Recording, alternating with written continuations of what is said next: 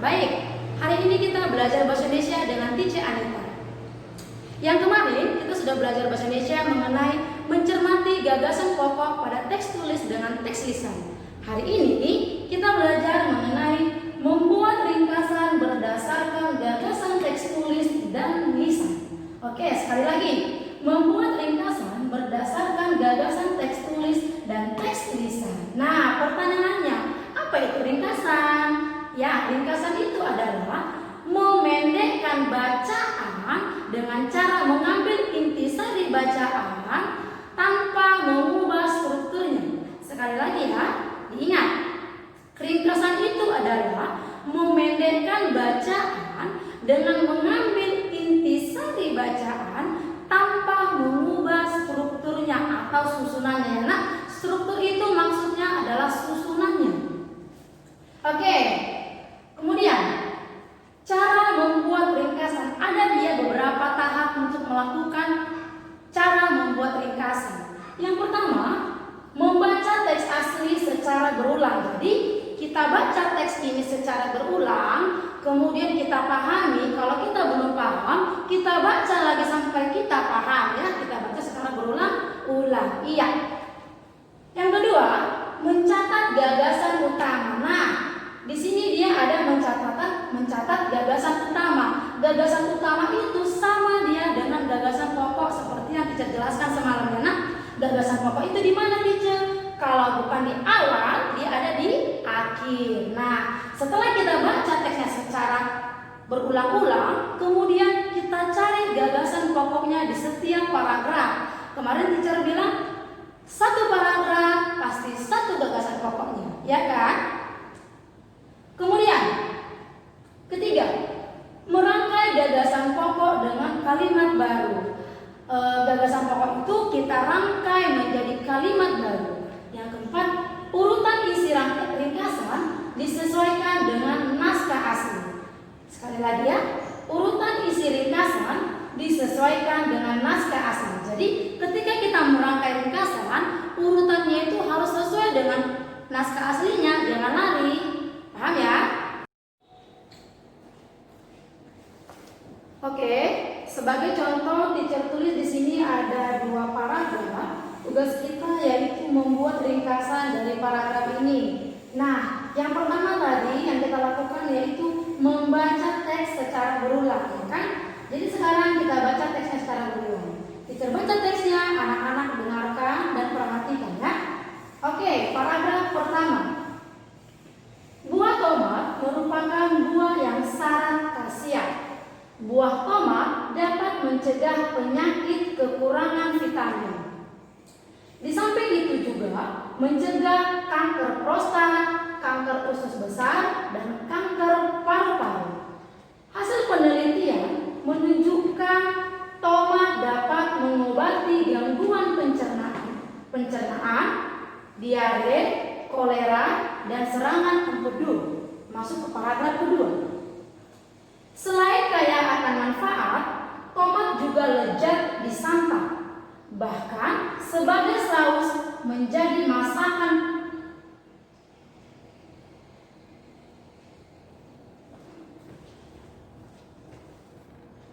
Baik, di sini Teacher ada tulis teks berbentuk 2 paragraf.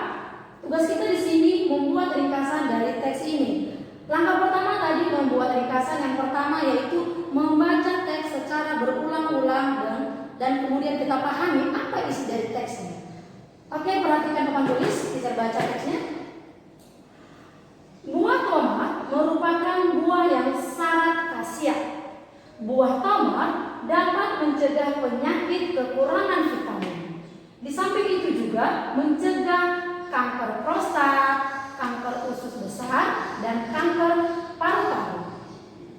Hasil penelitian menunjukkan tomat dapat mengobati gangguan pencernaan, diare, kolera, dan serangan empedu. Paragraf kedua. Selain kaya akan manfaat, tomat juga lezat disantap. Bahkan sebagai saus menjadi masakan pun mampu membius para penikmatnya. Di Prancis, tomat disebut apel cinta. Jika ingin sehat dan bebas dari kanker, cobalah rutin mengkonsumsi si apel cinta. Oke, sekarang tugas kita menentukan gagasan pokok dari setiap paragraf. Kita ingatkan kembali, setiap paragraf ada satu gagasan pokok. Kita perhatikan paragraf pertama. Di paragraf pertama, coba kita lihat di awal atau di akhir. Nah, kalau kita baca, ini ide pokoknya terdapat di awal ya, nak. Ini dia. Buah tomat merupakan buah yang sangat khasiat. Di awal ya, nak, atau disebut dengan deduktif. Paragraf kedua. Di paragraf kedua, ini juga terdapat di awal dia. Selain kaya akan manfaat, tomat juga lezat disantap. Paham ya? Jadi di paragraf pertama ini gagasan pokoknya terdapat di awal, kemudian yang di bawah ini dinamakan gagasan pendukung ya. Kemudian di paragraf kedua yang menjadi gagasan pokoknya yaitu di awal, sementara yang di bawah merupakan gagasan pendukung. Tugas kita sekarang yaitu membuat ringkasan dari teks ini ya, nak. Baik, sekarang tugas kita yaitu menulis ringkasan dari teks yang teacher sediakan tadi ya. Nah, yang menjadi gagasan pokok pada paragraf pertama tadi terletak di awal, yaitu buah tomat merupakan buah yang sangat khasiat ya. Jadi pada paragraf kedua gagasan pokoknya juga terdapat di awal. Apa itu? Ini dia. Selain kaya akan manfaat, tomat juga lezat disantap. Nah, sekarang tugas kita menulis ringkasannya dari dua paragraf ini. Baik, tugas kita sekarang yaitu menulis ringkasan dari gagasan pokok yang telah kita temukan. Nah, pada paragraf pertama yang menjadi gagasan pokok yaitu buah tomat merupakan buah yang sangat khasiat. Kemudian pada paragraf kedua gagasan pokoknya yaitu selain kaya akan manfaat, tomat juga lezat disantap. Ingat, ketika kita menulis ringkasan, struktur dari teks itu tidak boleh kita ubah. Maksudnya begini. Paragraf kedua atau gagasan pokok yang terdapat pada paragraf 2 tidak bisa kita buat menjadi kalimat pertama. Begitu juga sebaliknya. Gagasan pokok pada paragraf pertama tidak bisa kita buat menjadi kalimat kedua. Kita menyusun ringkasannya harus sesuai dengan struktur atau susunan dari gagasan pokoknya. Paham ya? Karena gagasan pokok pada paragraf pertama ini berarti inilah yang menjadi kalimat pertama pada ringkasan. Paham ya? Nah, dari kedua gagasan pokok ini kita ubah menjadi ringkasan. Kita baca sekali lagi gagasan pokoknya. Gagasan pokok pada paragraf pertama. Buah tomat merupakan buah yang sangat khasiat. Gagasan pokok pada paragraf kedua. Selain kaya akan manfaat, tomat juga lezat disantap. Kalau kita tuliskan dalam ringkasan, ini menjadi buah tomat merupakan buah sangat khasiat yang lezat disantap oleh para penikmatnya. Saya tulis ya. Di ringkasannya menjadi buah tomat merupakan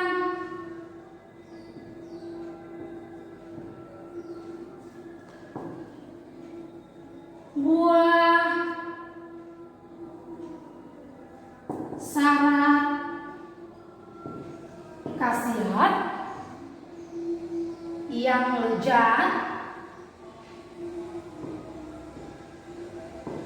yang lezat disantap para penikmatnya. Paham ya? Jadi ringkasan itu semakin pendek tetapi strukturnya tidak boleh kita ubah. Paham ya? Cara membuat ringkasan. Nah, contoh lain, anak-anak boleh lihat pada buku SPS halaman 7 dengan 8. Dibaca itu teks tulisnya. Di situ pada paragraf 1 sudah ditentukan ringkasannya. Jadi di situ ada ini satu contoh pertama, dan contoh keduanya ada pada buku STS Bahasa Indonesia. Paham ya? Bye bye.